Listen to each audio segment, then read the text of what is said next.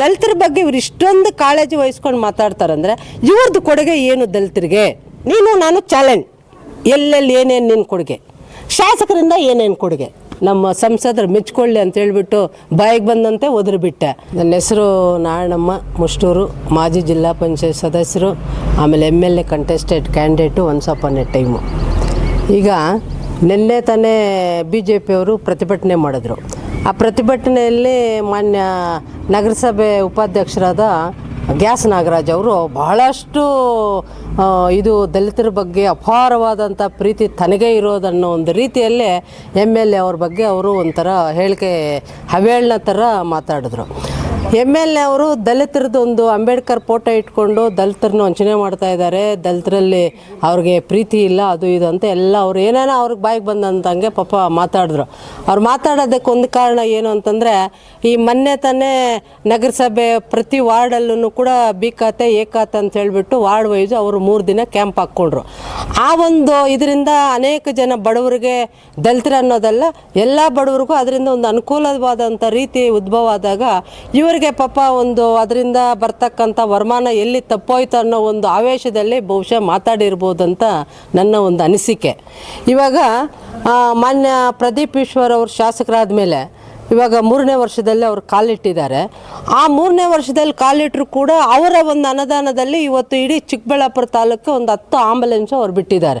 ಅವರ ಸ್ವಂತ ಅನುದಾನದಲ್ಲಿ ಆಂಬುಲೆನ್ಸ್ ಬಿಟ್ಟಿರೋದಂತಂದರೆ, ಸಾಮಾನ್ಯವಾಗಿ ಆಂಬುಲೆನ್ಸ್ ಕಡೆ ಇರೋರೆಲ್ಲ ನಮ್ಮ ದಲಿತ ಕುಟುಂಬದವರೇ ಹೊರತು ಬೇರೆ ಬೇರೆ ಶ್ರೀಮಂತರು ಯಾರು ಆಂಬುಲೆನ್ಸನ್ನು ಉಪಯೋಗಿಸ್ಕೊಳ್ಳಲ್ಲ. ಅದರಲ್ಲಿ ದಲಿತರಿಗೆ ಇವ್ರ ಮೇಲೆ ಪ್ರೀತಿ ಇಲ್ಲ ಅಂತ ಅವ್ರು ಹೇಳ್ತಾ ಇರೋದು, ಅದು ಯಾವ ರೀತಿಯಲ್ಲಿ ಅವ್ರು ಆ ಥರ ಒಂದು ಸನ್ನಿವೇಶದಲ್ಲಿ ಮಾತಾಡಿದ್ರೆ ಗೊತ್ತಿಲ್ಲ. ಇವರೊಬ್ಬ ನಗರಸಭೆ ಉಪಾಧ್ಯಕ್ಷರಾಗಿ, ಇವರು ದಲಿತರ ಕುಟುಂಬಕ್ಕೆ ಸೇರಿದವರಾಗಿ, ದಲಿತರಿಗೆ ಇವರಿಂದ ಏನಾದರೂ ಎಲ್ಲಾದರೂ ಈ ಚಿಕ್ಕಬಳ್ಳಾಪುರ ಒಂದು ತಾಲೂಕಲ್ಲಿ ಎಲ್ಲಾದರೂ ಒಂದು ಕೊಡುಗೆ ಇವ್ರದ್ದು ಇಲ್ಲ. ಮಕ್ಕಳ ಒಂದು ವಿದ್ಯಾಭ್ಯಾಸ, ಯಾರ್ದನ್ನ ಒಂದು ನಾನು ವಿದ್ಯಾಭ್ಯಾಸದಲ್ಲಿ ಒಂದು 10 ಜನ ಮಕ್ಕಳನ್ನ ನಾನು ವಿದ್ಯಾವಂತರನ್ನಾಗಿ ಮಾಡಿದ್ದೀನಿ, ಇಲ್ಲ ಯಾವುದೇ ಒಂದು ದಲಿತ ಕುಟುಂಬದವ್ರನ್ನ ನಾನು ಅವ್ರನ್ನ ಒಂದು ದತ್ತು ಥರ ತಗೊಂಡು ಅವ್ರ ಮನೆಯನ್ನು ಏಳಿಗೆ ಮಾಡಿದ್ದೀನಿ ಅನ್ನೋದಾಗಲಿ, ಇಲ್ಲ ಒಂದು ಕಾಲೋನಿಯನ್ನು ತಗೊಂಡು ದತ್ತಕ್ಕೆ ತಗೊಂಡು ಆ ಕಾಲೋನಿಯನ್ನು ನಾನು ಅಭಿವೃದ್ಧಿಪಡಿಸಿರೋದು ಅಂತ ಹೇಳೋದಾಗಲಿ, ಅಥವಾ ಮನೆ ಇಲ್ದಾರವ್ರಿಗೆ ಒಂದು 10 ಮನೆ ಕಟ್ಸಿದ್ದೀನಿ ಅನ್ನೋದಾಗಲಿ ಏನೇ ಇಲ್ವಲ್ಲ. ಇವ್ರು ದಲಿತರು ಅಂತ ಇವ್ರು ದಲಿತರಾಗಿ ದಲಿತರ ಬಗ್ಗೆ ಇವ್ರು ಇಷ್ಟೊಂದು ಕಾಳಜಿ ವಹಿಸ್ಕೊಂಡು ಮಾತಾಡ್ತಾರಂದರೆ ಇವ್ರದ್ದು ಕೊಡುಗೆ ಏನು ದಲಿತರಿಗೆ? ಆಂಬುಲೆನ್ಸು ದಲಿತರ ಪರವಾಗಿ, ಶಾಲಾ ಮಕ್ಕಳಿಗೆ ಬಟ್ಟೆ ಕೊಡೋದು ದಲಿತರ ಮಕ್ಕಳಿಗೇನೆ, ಇವತ್ತು ಸ್ಕಾಲರ್ಶಿಪ್ ಕೊಡ್ತಾ ಇದ್ದಾರೆ, ಇವಾಗ ದಲಿತರ ಕುಟುಂಬಕ್ಕೆ ಸೇರ್ತಾ ಇದೆ. ಪ್ರತಿಯೊಂದೂ ಇವಾಗ ಪ್ರತಿ ಹಳ್ಳಿಗೂ ಕೂಡ ಇವಾಗ ಆರೋಗ್ಯ ಭಾಗ್ಯ ಇದು ಶಿಬಿರ ಮಾಡ್ತಾವ್ರೆ. ಅದರಲ್ಲೆಲ್ಲ ವಿಶೇಷವಾಗಿ ದಲಿತರೇ ತಾನೇ ಅದಕ್ಕೆ ಅನುಕೂಲ ಪಡ್ಕೊಳ್ಳೋರು.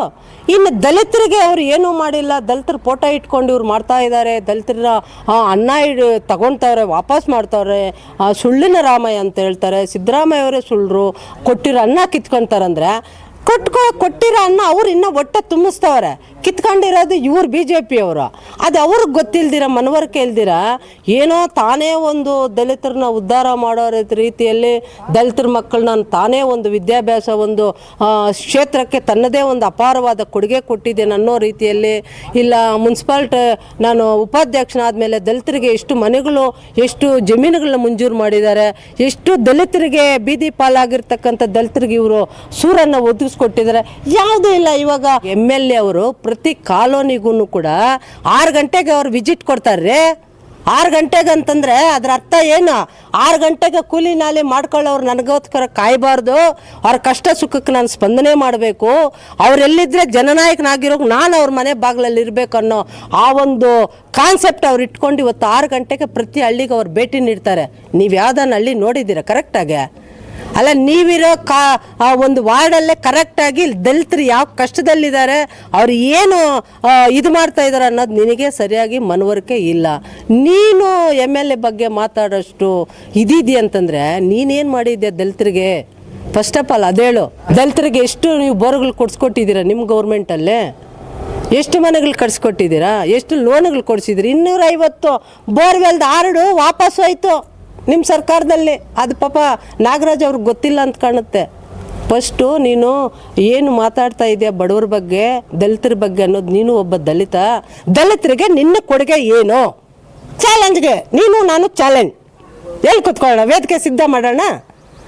ದಲಿತರಿಗೆ ನೀನು ಎಲ್ಲೆಲ್ಲಿ ಏನೇನು ನಿನ್ನ ಕೊಡುಗೆ, ಶಾಸಕರಿಂದ ಏನೇನು ಕೊಡುಗೆ, ಕುತ್ಕೊಳ್ಳೋಣ. ನಮ್ಮ ಸಂಸದರು ಮೆಚ್ಕೊಳ್ಳಿ ಅಂತ ಹೇಳ್ಬಿಟ್ಟು ಬಾಯಿಗೆ ಬಂದಂತೆ ಒದರಿಬಿಟ್ಟೆ.